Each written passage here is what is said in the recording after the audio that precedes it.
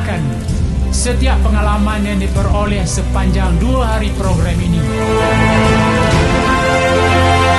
Timbalah sebanyak mana ilmu, belajarlah sebanyak mana yang boleh berkenaan dengan dunia keusahawanan.